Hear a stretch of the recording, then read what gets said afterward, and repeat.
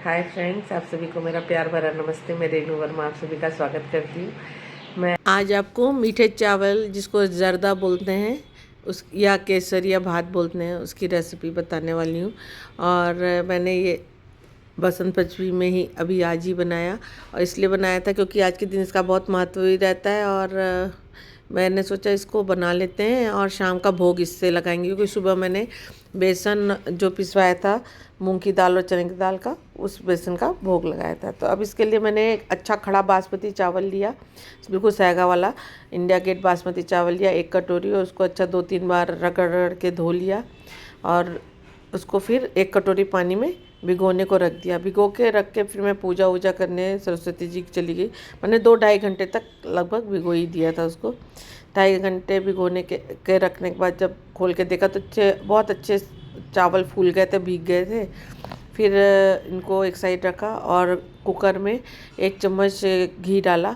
घी में अच्छा भर के घी डाला था, 1 चम्मच मतलब था, टेबल स्पून ही समझ लिया, 1 टेबल स्पून घी डाला। और उसमें सारे ड्राई फ्रूट्स जो होते हैं, नारियल कटा हुआ, पिस्ता, बादाम, काजू, किशमिश, ये सब धीमी आंच में गुलाबी सा होने तक भून के निकाल दिया और इसको एक साइड रख दिया। फिर जो घी बचा रह गया तो उसी घी में वापस से ये कटोरी जो चावल था उसका पानी हटा के, वो पानी फेंका नहीं, वो रखा रहा पानी, और चावल को इसमें डाल के उसको बिल्कुल हल्के हाथ से भूनना चाहिए, कहीं चावल टूट ना जाए। भीगे हुए चावल जल्दी टूट जाते हैं। जब ये चावल भूनने के लिए रखा उसी समय 2 लौंग और 2 इलायची चावल के ऊपर डाली, तेल में नहीं डाली। तेल में डालो तो अलग टेस्ट आता है, ऊपर से डालो तो अलग टेस्ट आता है। और फिर इसमें थोड़ी सी चुटकी भर हल्दी डाल दी थी चावल को पीला करने के लिए, क्योंकि बसंत पंचमी है आज। फिर उसमें कलर जो आता है खाने वाला कलर, वो थोड़ा सा बिल्कुल समझ लीजिए बिल्कुल चने के दाल के बराबर थोड़ा सा पानी में घोल के डाला। जो पानी डालना था 2 कटोरी, 1 कटोरी चावल में 2 कटोरी पानी डालना था, तो उस पानी में ही भी घोल के डाल दिया। और थोड़े से केसर डाले 3-4 पत्ती, क्योंकि मुझे केसर की खुशबू बिल्कुल अच्छी लगती है, दवा दवा जैसी लगती है, इसलिए कम डाला। अब आपको अच्छी लगती है तो आप ज़्यादा डालिएगा। और 2 कटोरी पानी डाल दिया। और 1 कटोरी चावल था, बड़ी कटोरी से तो छोटी 1 कटोरी करीब चीनी डाली थी इसमें।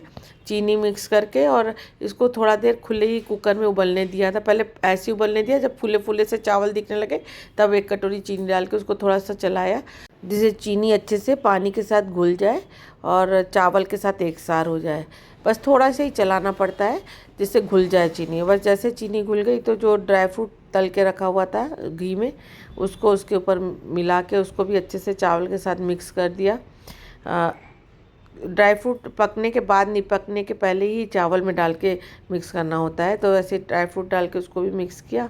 और अभी चीनी घुली नहीं थी, इसे थोड़ा घुलने देना चीनी। तो चीनी अगर आप कुकर लगाते तो इतनी अच्छे से घुलती नहीं है। फिर देखा कि चीनी अच्छे से मिक्स हो गई, घुल गई है, तो उसमें ड्राई फ्रूट डाल दिया। और ड्राई फ्रूट डाल के बस थोड़ा सा चला के तुरंत कुकर का ढक्कन लगाना चाहिए, ज़्यादा देर तक उसको चलाना नहीं चाहिए। और कुकर का ढक्कन लगाया और सीटी लगा दी।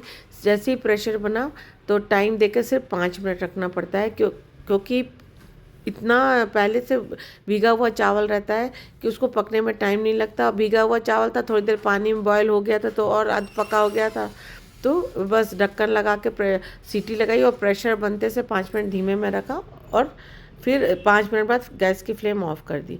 और फिर जब अपने आप पूरा प्रेशर निकल जाता है तभी ढक्कन खोलना चाहिए। तो उसमें जो थोड़ी बहुत कसर रहती है वो जो बंद करने के बाद जो अंदर प्रेशर भाप रहती है उससे वो पक जाता है। देखिए कितना सुंदर पक के तैयार हुआ है हमारा चावल। और जर्दा कहिए या इसको मीठा चावल कहिए या केसरिया भात, बहुत अच्छा पक के तैयार हुआ था, देखने लायक था। और इतनी सुंदर खुशबू थी, इतनी भीनी भीनी अच्छी खुशबू थी, देखने में सुंदर, खाने में स्वादिष्ट और खूब खुशबूदार चावल था, जर्दा था। जर्दा कहना ज़्यादा सही होगा। फिर इसको एक बोल में खाली कर लिया। ये मैंने शाम के प्रसाद के लिए बनाया था बसंत पंचमी के, इसलिए फिर मैंने खाली करके प्रसाद की कटोरी में अलग से निकाल लिया, क्योंकि ये बन तो सुबह गया है अभी और शाम तक सब्र करना बड़ा कठिन था। तो इस प्रसाद का पहले निकाल दिया, फिर सबने खाया, बहुत टेस्टी बना था, बहुत ही लाजवाब। आप भी इसी तरह कम मेहनत में ऐसे ही लाजवाब जर्दा या मीठा चावल या केसरी भात बनाइए। आपको मेरी रेसिपी कैसी लगी मुझे कमेंट करके ज़रूर बताइएगा। आपके कमेंट से मुझे बहुत कुछ अनुभव ऐसा भी मिलता है कि मुझे और क्या सुधारना है, क्या अच्छा करना है। इसलिए मुझे आपके कमेंट का इंतज़ार रहता है। प्लीज़ मुझे कमेंट करिए, मेरे वीडियो कैसे लगते हैं उसको कमेंट करिए, लाइक करिए, शेयर करिए और अपने फ्रेंड्स से सब्सक्राइब कराइए। नेक्स्ट वीडियो में आपसे मिलते हैं। Bye bye, have a good day. फिर मुलाकात होगी। आप सभी को बसंत पंचमी की बहुत सारी शुभकामनाएं। आप अच्छे से बसंत पंचमी मनाइए और सरस्वती पूजन कीजिए।